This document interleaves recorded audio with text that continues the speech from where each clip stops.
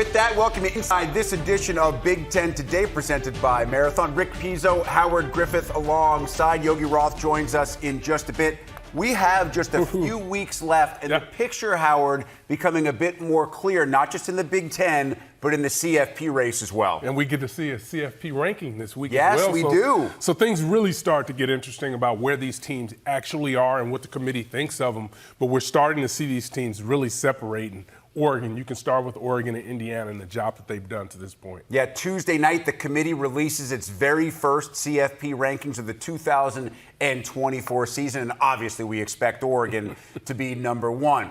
Check in now with Yogi Roth, third member of our Big Ten Today team as well. Yogi and crew just back from a road trip to Memorial Stadium where they watched UCLA knock off Nebraska. I know you guys like to give out helmet stickers. If Deshaun Foster has any room on the headset, Yogi, I may throw Coach Foster a sticker as well.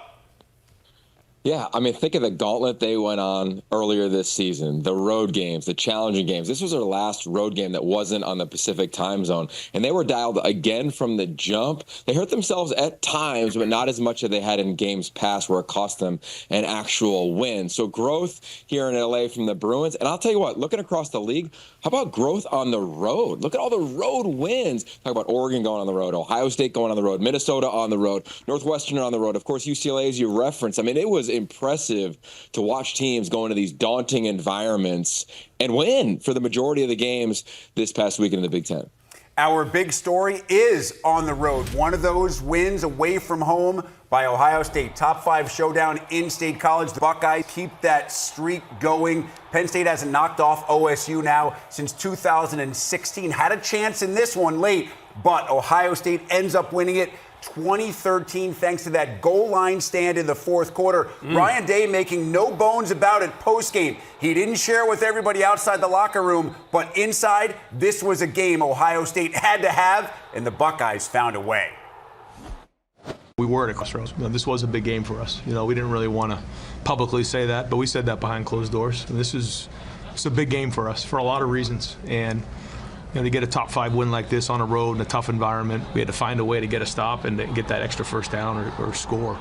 And that's what it's going to come down to.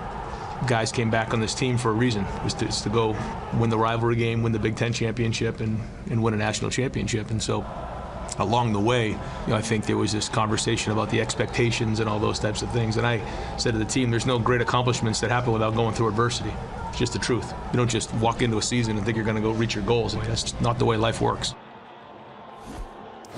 All those goals still in front of Ohio State now, Yogi. They still have a chance to get to the championship game, have a chance to get to the national championship game as well. And I know there will be a lot of criticism of Andy Kotelnicki and James Franklin for some of the play calling on that fourth quarter goal line stand by Ohio State. But you also have to give the Buckeyes credit. They not only held up, but then they ran the clock out for the last 5 minutes of the football game.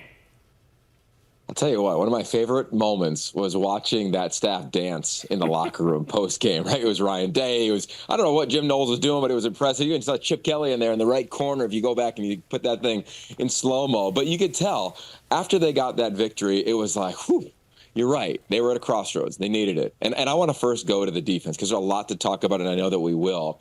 Defense was impressive. Only 3 runs over 10 yards in the entire game by Penn State. There's that dance. Look at that dance party right there. That's like you guys after a great show to kick off a Saturday. Right? I'm not sure that even qualifies as dancing, Yogi, to be dead honest with you. I'll go celebration dancing. I think that may be a little bit of a stretch. I love that. Yeah, that's like my kids after Halloween. Who knows what they're all doing. All right, but back to the defense. 3 runs over 10 yards, 2 were by Drew Allen, right? Let's just think about that. We know Penn State has an impressive offensive line. They moved the ball in the majority of teams they played this year. This defense rose up. They rose up, right? They didn't win the line of scrimmage, in my opinion, against Oregon a couple weeks ago. They struggled in the game against Nebraska on both sides, especially on the offensive front. They made some changes to the O-line, but it was the defensive line, the defensive linebacking core, the secondary.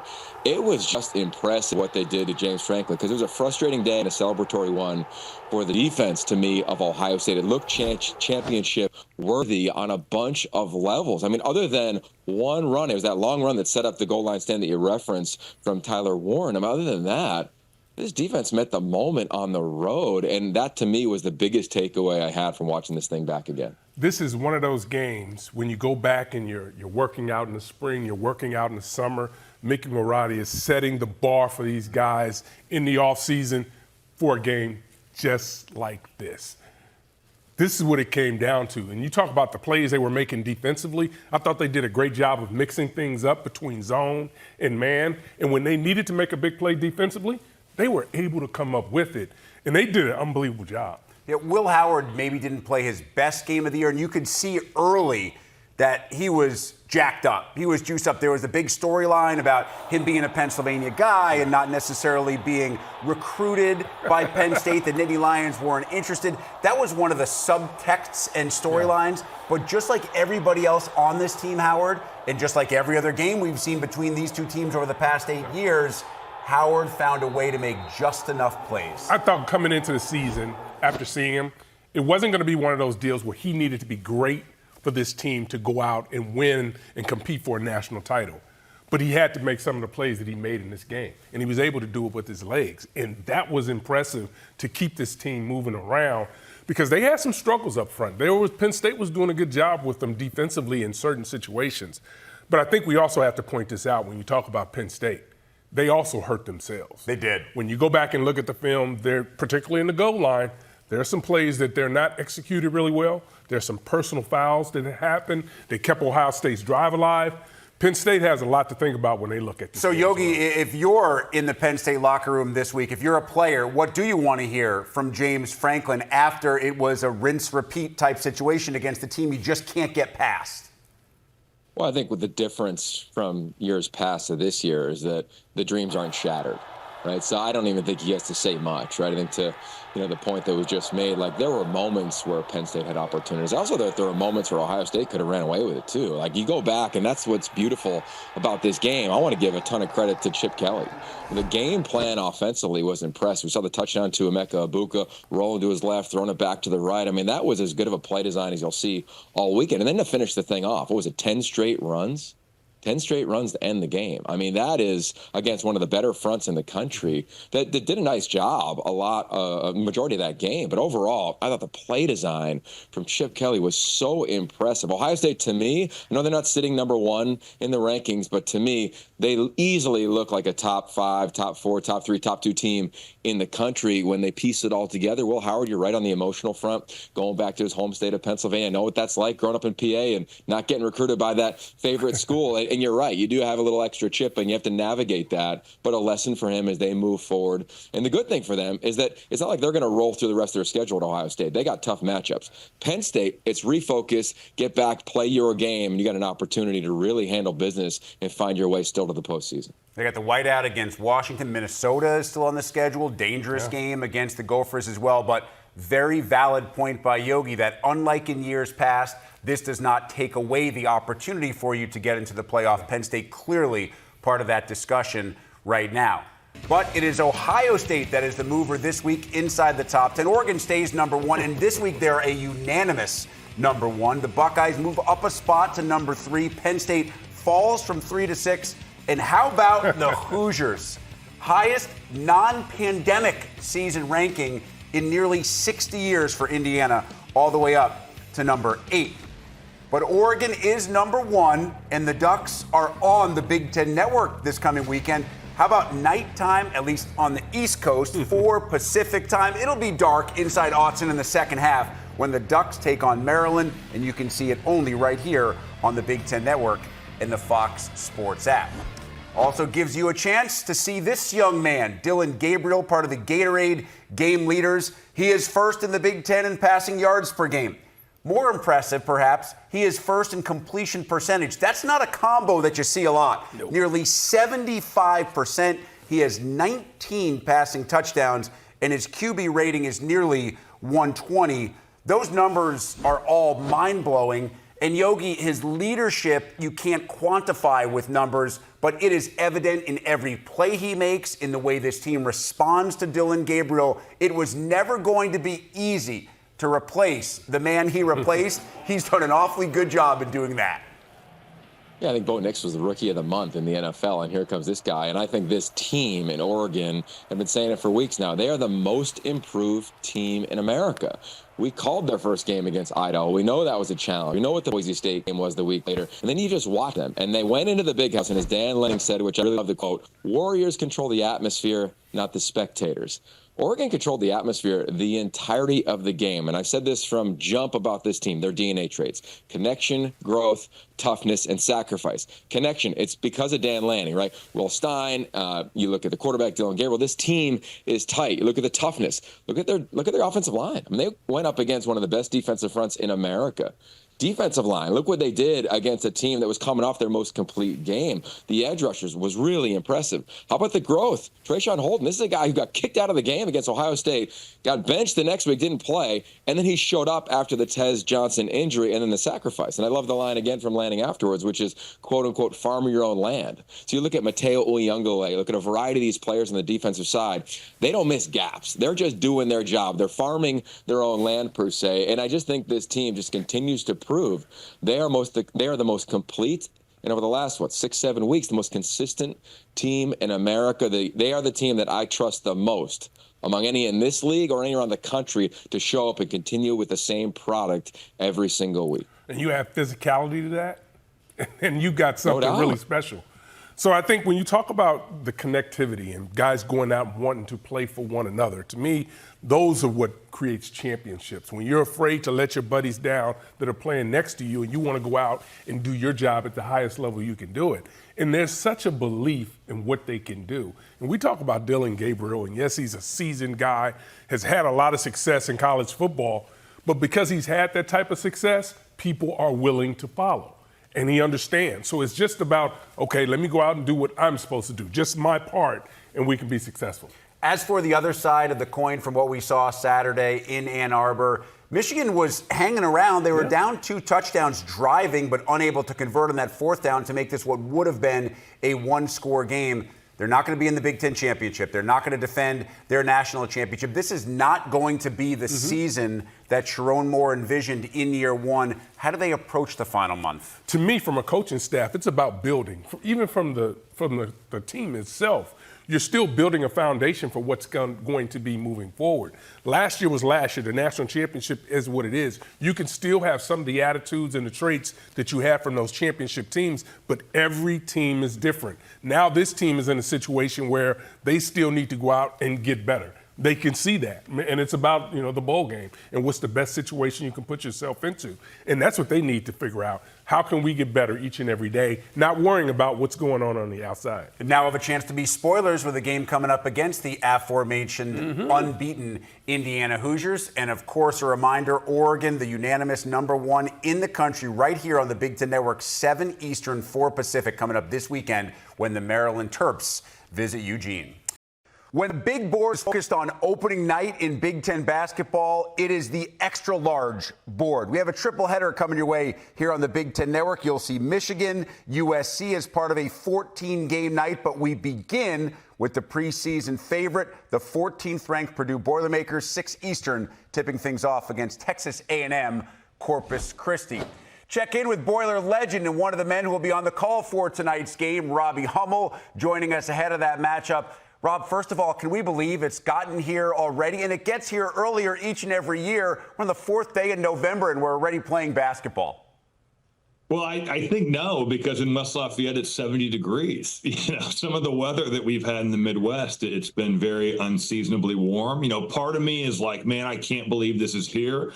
But a part of me is also thinking, man, it feels like Purdue's run to the Final Four was eons ago. So, I'm kind of torn, but certainly the weather is not helping in the sense that it's like, man, it feels like it's almost summer down here.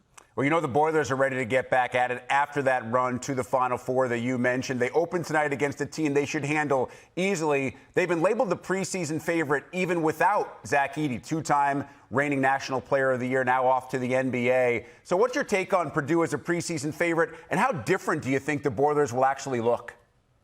Yeah, I think the preseason favorite aspect of this comes into play with just the continuity that they have. And I think it also speaks to the culture that Matt Painter has built and the culture that his players have been able to carry on year to year. You know, for Purdue, it's all going to be about their big three. Certainly Braden Smith, Big Ten Player of the Year. It's all going to start with him. But Fletcher Lawyer is a big-time player. Trey Kaufman, I think, is on the verge of having a massive breakout Big Ten season here. He's been phenomenal in Purdue's 2 exhibition games.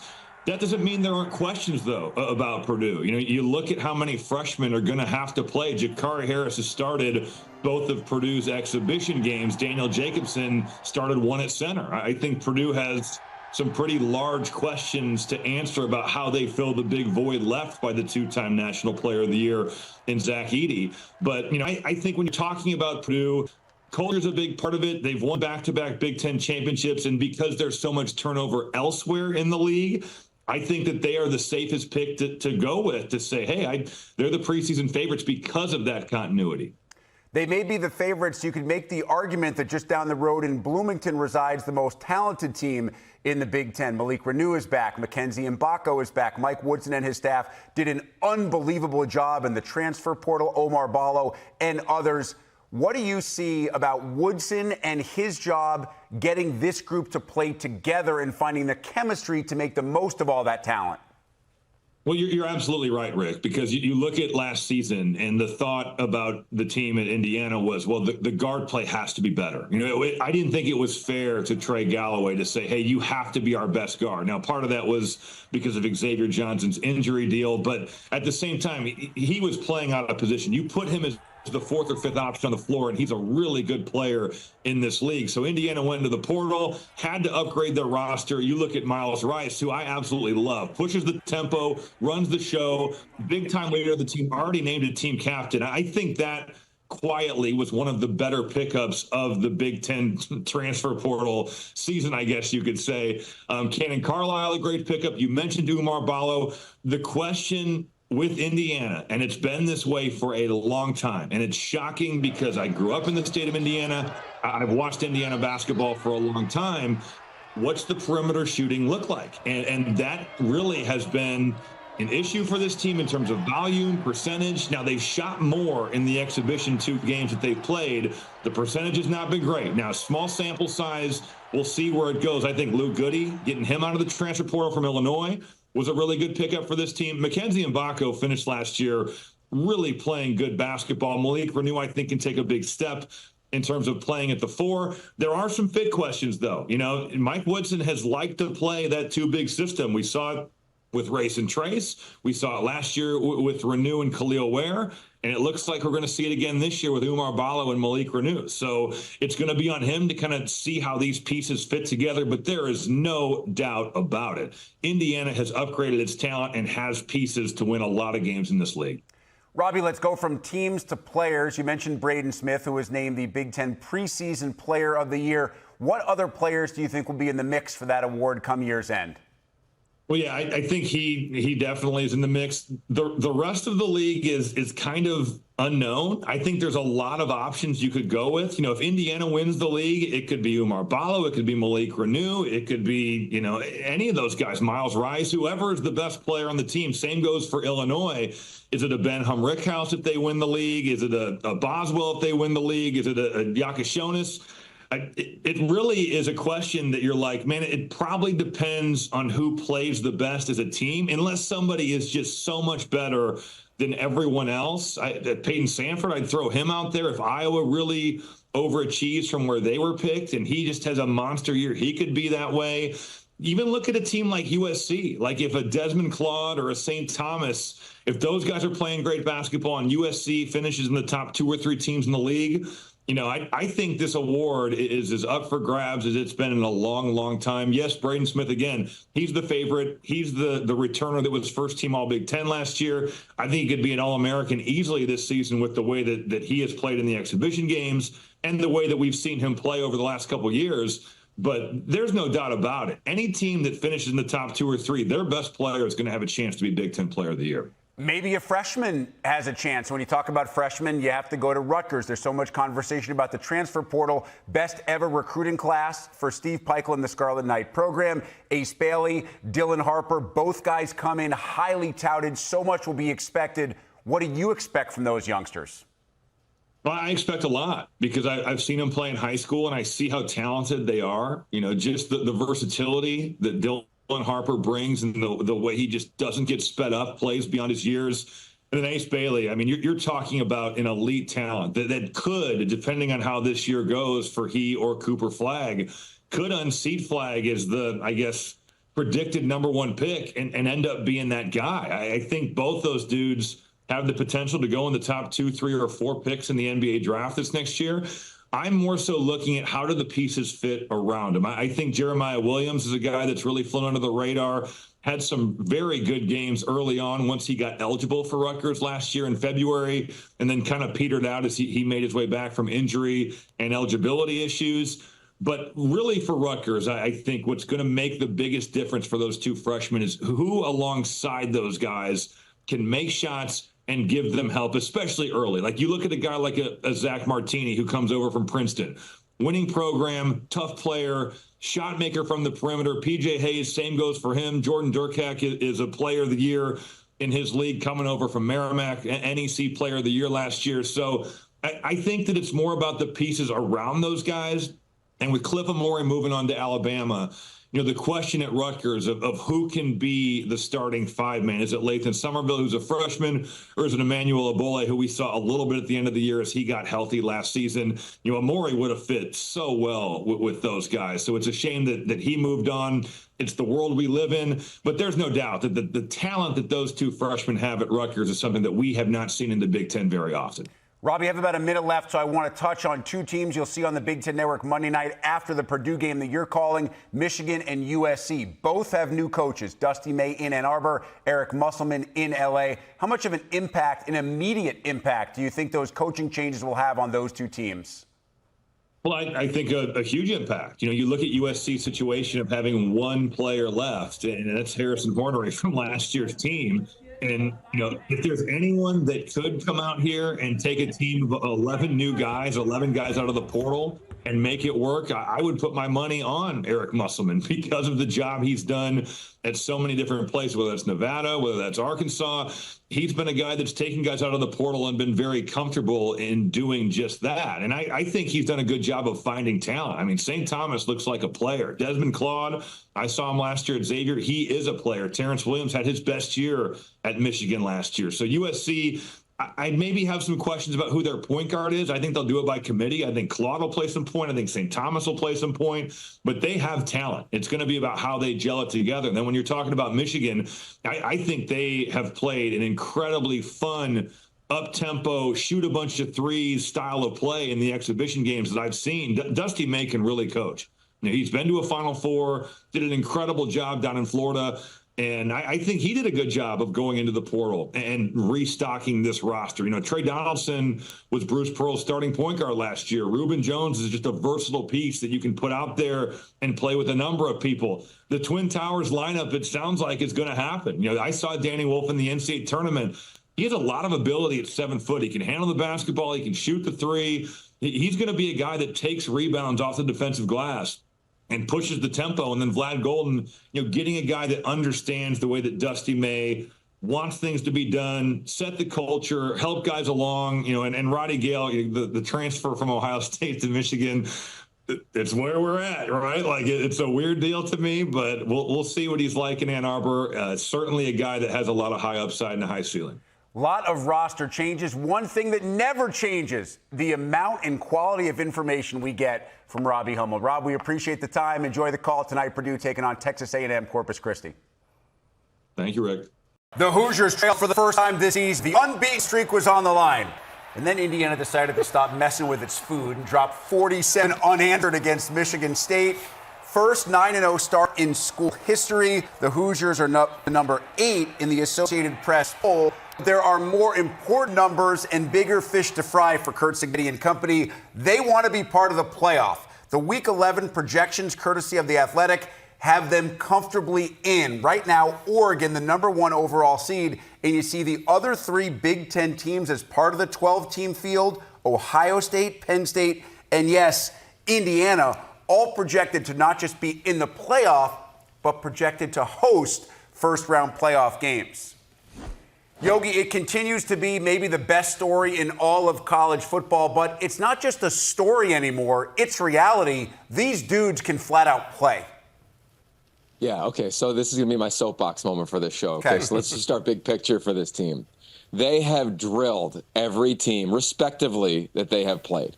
The first time they allowed anybody to score in the first quarter was last game. And what did they do? As Kurt Cignetti beautifully said afterwards with a little smile on his face, like, looks like we can make a comeback now, too. I mean, they have drilled people. If they had any other logo in this league, another league, anybody who's been a relative blue blood in college football, they'd be sitting at number 2 in America right now. And I know that the AP poll doesn't matter anymore because tomorrow here comes the CFP. So to the committee members, I'm really curious. How are you evaluating who they play and, as you referenced, Rick, how they have played, because it's been dominant.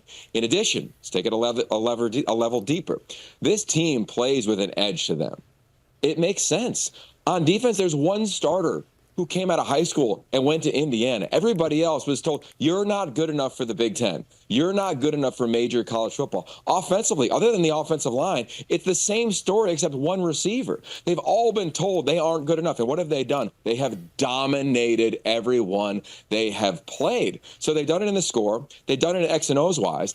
And then they've done it physically. And that's, to me, when you look at this game against Michigan State, the defense got after it. The offensive line did not allow their quarterback coming off an injury to get touched. I mean, they dominated. After that first quarter, but they barely had the ball, and Michigan State had 2 impressive drives, it was all IU the rest of the way. This team deserves the credit that they're receiving, but much more than they are receiving as of now. I can't wait until tomorrow night. Yeah, you just think about what they've had to overcome to this point, right? Some adversity that they've had to deal with. Let's go back a few weeks when we worked through 2 interceptions back-to-back. There was no flinching at all by this program, nor the head coach felt like they could come in and really overcome that. And they did. How about losing your starting quarterback and starting your backup?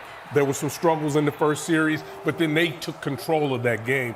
The belief that they have in one another on this team and this program is unbelievable. I don't know if we've seen anything like this, and I think we need to appreciate what's happening right now in here. One of the great discussions in the nation right now, who's the second best team in the country? To Yogi's point about take the uniform off, the logo off. If you just look at the content, offense, defense, special teams, who's the second best team in the country right now behind Oregon? You could make a legitimate argument that based on what we've seen on the field, take everything else out of that conversation, the answer is Indiana. The committee will reveal their answer on Tuesday night. Now, somewhat lost in that great story by the Hoosiers, the run that Minnesota has made as of late. You think about what this year could be for the Gophers, a made field goal against North Carolina, and a questionable call on that onside kick maybe against Michigan. This team could easily be, I know it sounds crazy, they could be 8-1. They're 6-3. They've won off 4 straight games. Darius Taylor continues to do what Darius Taylor does. And Yogi, I mentioned it earlier in the show. I think their matchup against Penn State in a couple of weeks is a really dangerous game. I don't think the Gophers are getting enough credit for the team that they are right now. They're so well coached. I mean, going back and watching their game earlier this morning, we've called a bunch of their games. We called the upset over USC when they were ranked at the time. And you're exactly right. To me, I would not be surprised if they beat Penn State at home in a couple weeks. It's not going to be easy playing Rutgers, and we know the mentorship and the fellowship among both of those staffs. But bottom line, we're watching Max Brosman, this offense, mature since that game against Carolina. We're all like, what's going on with this offense? And then you get past that Michigan game, and away he goes. The command he has at the line of scrimmage has been extremely impressive. The way this defense is flowing around, especially within the front 7, has been very impressive. And what I love most is the ownership this team is taking, either player-led or player-fed, right? And we know PJ Fleck can talk and he can communicate messages. I think this team has made a little bit of a turn in that regard. You go to the last play, or at least the touchdown that gave them the lead and really put them in control of this game. They run the fake a tush push, the fake tush push. He's at the line of scrimmage. He audibles. He puts in his fingers in his ear holes. Everybody's on the same page. They all reflect that same thing. And then all of a sudden, to me, they catch Illinois a little bit off guard and run an incredibly well-designed play. So Greg Harbaugh and company, this offense, this staff, I'm all in on Minnesota right now. I've been impressed with them every single week in a tough environment. They go get one on the road. Yeah, I think we'll look back and the victory over USC really changed the season. Turning point for them, yeah. The trajectory of where this team has been because of the confidence that they're playing with. When you look at this game versus Illinois, Illinois had their opportunities, right? And one of the struggles that they've had there is being able to protect their quarterback. Right now, I think they're leading the conference and pretty high in the country as far as sacks allowed. So when your quarterback is under duress so much, you're going to have some issues pushing the ball down the field, and they've got to get that part of it corrected. Illinois does. Yeah, and that's been an issue for Luke Altmaier. He's a guy who's been banged up. That was a scary situation, basically landed directly on his head in that game. Obviously came back. You hope the young man is okay, and you hope the young man gets a little bit more help from that offensive line over the last month of the season. I'll tell you, he's been getting some help from his offensive line, and in turn, he's been helping the offensive line as well, and that is Caleb Johnson. He has 19 rush touchdowns in the first 9 games. Since the year 2000, only one player has more, and that's Monte Ball. Of course, Melvin Gordon, Brian Calhoun also on this list. You may be able to read into that Wisconsin likes to run the ball a little bit, but Iowa does as well. And right now, Yogi, you could make an argument alongside Ashton Genty, Caleb Johnson, if he's not 1B, he's 1B-A, because I'm not so sure there's another running back in the country that you could say is clearly better than K2. Yeah, I would agree with that. I think you go back and you watch this game, and after the first quarter, you're thinking, okay, here we go. We got a nice little classic Big Ten matchup here. And then, boom, this offensive line and that man K2 you referenced, it was just domination. The quote from Luke Fickell afterwards stood out to me. The first thing he said was, quote, "We were manhandled and dominated," in his opening comment in his post-game press conference. And in the final 3 quarters, they were on the defensive front. This O-line, they put on a clinic in terms of where you need to put your hands, how you need to step. Look at that. Boom, boom, boom, boom, boom, and away you go. Touchdown. And this offensive front and this running back, to your point, Caleb Johnson, he deserves to be talked about as a Heisman candidate. And he's going to have an opportunity on Friday night. He comes out here to L.A., where I reside, in the Rose Bowl, against one of the better run defenses in America. I mean, this front seven for UCLA has played well all season long. If he could put on a show on Friday night, I think he launches himself truly nationally again into the conversation. I'd imagine the campaign has a chance to really heat up. When you start thinking about what they do offensively at Iowa, the zone blocking scheme, when they are rolling with it, it is unbelievable. It is a work of beauty when you have an opportunity to watch them operate. Go back a couple of weeks when they played against Michigan State. Michigan State really destroyed that because they were getting penetration. That's how you slow that down. If you can't slow those guys down and you're allowing those guards to get up to the second level, watch out, because Johnson is going to kill you. He has the speed, his patience of being able to make the decision, putting that foot in the ground and getting north. It's something that really is outstanding. Now you add the quarterback to that, right? He's going to run it as well. Not necessarily a great passer, but think about the numbers that they put up. When was the last time they put up 40-plus points? Yeah, and Brendan Sullivan now also adds that element. And so the question now becomes with Kirk Ferentz, if Cade McNamara comes out of concussion protocol and is available the rest of the season, which way do you go for an offense that is now finding a way to score 40 points in multiple games this season? It's been a pretty unbelievable story in Iowa City. As Eric Mueller once famously said, if you have the means, I highly recommend you picking one up. And one would be a trip to Eugene, a game day at Autzen Stadium. It's as good as it gets, and that's where Big Ten Tailgate will be this coming weekend. We are coming to you live from Eugene, starting Saturday, 10 a.m. Eastern, 7 Pacific time. Speaking of Pacific time, on Saturday night during homecoming, it was Jonah Coleman time. Coleman and the Huskies with a 19th straight home win, this time in a West Coast rivalry that has now arrived inside the Big Ten as the Huskies knock off the Trojans 26-21. Monster win for Coleman, Carson Bruner, Jed Fish, and the Huskies, Yogi. When it comes to their postseason possibilities, now it becomes a lot easier down the stretch to think you're going to get to a bowl game. Let's take care of business in November and play our best football to close out the year. Yeah, I had all these flashbacks in advance of this game. I can remember in 2009, Pete Carroll went up there with USC, ranked top 5 in America, and Steve Sarkisian was in year 1. a protege of Pete Carroll, and UW upset SC. This time, SC, of course, isn't ranked in the top 5, but is a protege of Pete Carroll and Jed Fish, and they took down the Trojans. I think overall, though, for Washington, you've seen them, much like SC, be in a bunch of games, right? A couple plays here and there. Haven't been that tight in the fourth quarter in their most recent games, but they really pulled it together. And I think Jonah Coleman, to me, was the story coming out of this game. He had a season-high carries, over 20 for the first time all season for the running back, who to me is one of the more dynamic ones in the country and easily in this conference. The offensive line has kind of been piecemealed together, played solid against a banged-up USC defense, and then they hung on, right? There was a world where that surge came from SC, Woody Marks being down big at half. They start running the rock, and you're thinking they finally will get one late. They can't convert 2 times on a 4th down. UW, they hang in that defensive scheme. And that scheme is bend, bend, bend, don't break.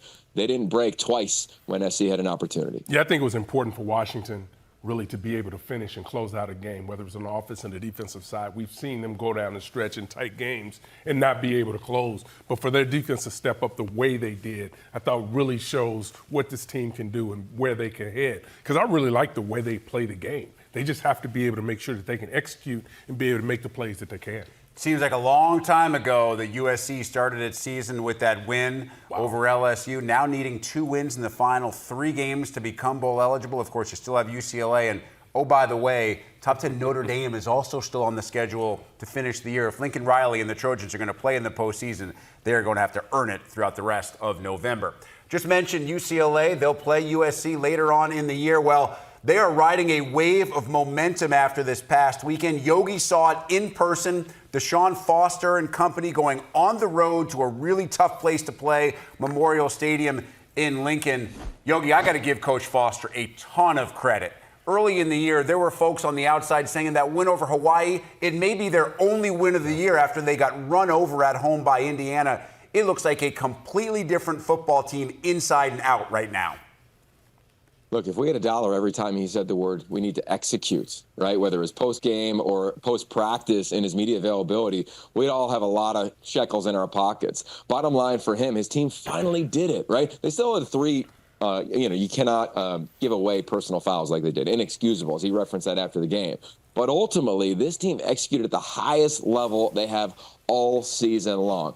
Eric Bieniemy, under a ton of scrutiny out here in LA, you got to give him this offense a ton of credit. It wasn't just the first drive. It was almost every drive, finding creative ways to get the ball to the running backs like Jalen Berger, plays out of the backfield like you see with Quasi Gilmer down the corner on the corner route. It was a great route that he ran. And they went into an environment again, like they did at LSU, like they did against Penn State. And they were able to just quiet the noise out and just execute. It was a signature win for him and Akaika Molloy, their defensive coordinator.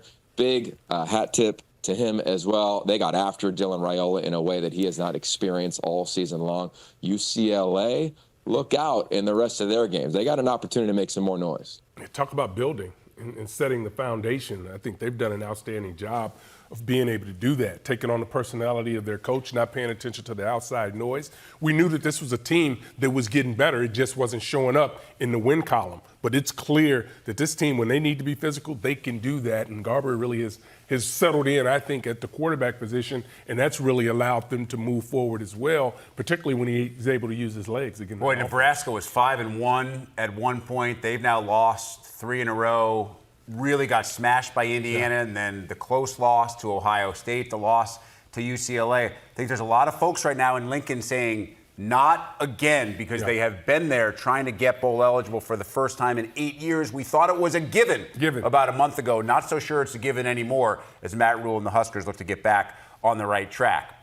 Purdue loses in overtime to Northwestern. Second loss this season in OT for the Boilermakers, as the Cats are now 8-3 in one-possession games under David Braun since he took over as the interim before the start of last season.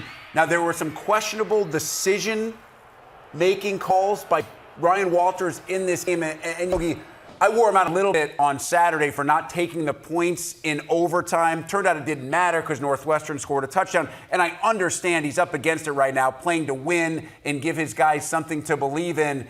It's just really hard right now when you're in that situation and you suffer not 1, but 2 overtime losses in the same season.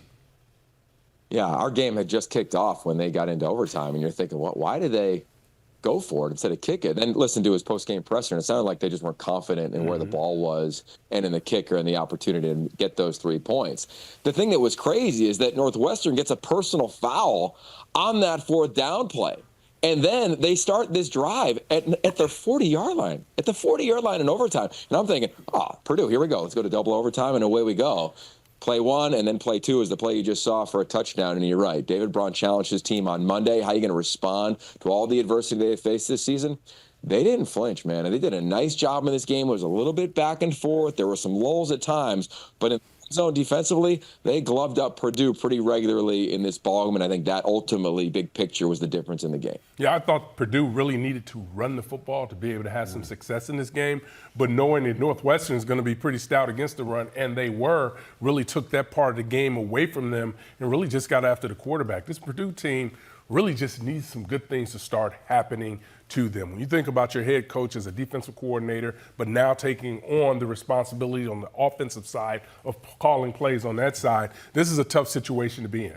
I think both these teams and both these coaches, Ryan Walters and David Braun, not just coaching for this year, but you have to start to think about what you need in the transfer portal. How much of a jump can we make between this year and next year? And what players do we need to come in and be immediate impact guys to allow us to do that? Of course, very different situations after the success that Braun had in year 1. Walters looking for any taste of that kind of success. All right, it's time for one final break here on Big Ten Today. We're back to let Yogi and Howard Griffith name some names. We'll hand out weekly helmet stickers coming up next. Just a few more moments here on Big Ten Today. Just enough time for weekly helmet stickers, starting with Yogi Roth. Yogi, who earns this coveted honor after week 10? Well, I always have these shoes right here. Okay. These are like the Oregon shoes. Like them. And Dylan Gabriel, can he fill them for Bo Nix? He's doing a heck of a job. He's my first helmet sticker of the weekend. What he did on the road, how he continues to lead this team. Really special player, dynamic. Look out, the Ducks are just getting going. Secondly, I'm staying with the veteran quarterback, Max Brosmer. His command. I love the audible, put the fingers in the ears, run the fake tush push to win the game on the road. But really, his last 5 games, 8 touchdowns, 1 pick, over 70% completion percentage, mastery within this offense. And then finally, who doesn't love an offensive lineman with an incredible mustache? Mike Kadick, over 40 starts. He came back for a reason at Indiana, and his quarterback wasn't touched at all against a very aggressive Michigan State defense. Big props to him. Indiana keeping it rolling behind that man. I'm not sure if we should credit Kadick more for his play or for that stash, because that takes a lot of maintenance. Some work. Something that offensive linemen are not necessarily known for with the personal hygiene. Howard, with that in mind, your helmet stickers for week 10. Carson Sussinger. I think you look at UCLA and what they've been able to do on the defensive side of the ball. He really stepped up, 13 tackles this past week, a sack, really did an unbelievable job. Darius Taylor. Unbelievable. When you think about what he can do running the football, we know where he is running the football, but how about the fact that he was able to catch the ball out of the backfield and really help this offense continue to move? And Mikael Kamala, right? You think about a guy at Indiana who's able to get after the quarterback, really be dominant up front. And according to his coach, he's been doing this since the spring. Really a dominant performance. And they're going to need that as they start to go down the stretch, the players that can step up and make the big plays in the trenches. I'd like to throw out a couple of West Coast helmet stickers, at least one helmet sticker. Carson Bruner just continues at that linebacker position to be the leader of that defense. He has been so good. And I mentioned it earlier in the show. It's not a helmet sticker. It is a headset sticker for Deshaun Foster and UCLA. Absolutely love what the Bruins are doing. The best part about Week 10 being over? Talk to me. We got Week 11 coming up this weekend. Oregon, number 1 in the country, and you can only see the Ducks match up on Saturday night, prime time in the Eastern time zone right here on the Big Ten Network as Oregon takes on Maryland. That'll do it for this edition of Big Ten Today. For Howard Griffith and Yogi Roth, I'm Rick Pizzo. As always, we appreciate you hanging out with us here on the Big Ten Network.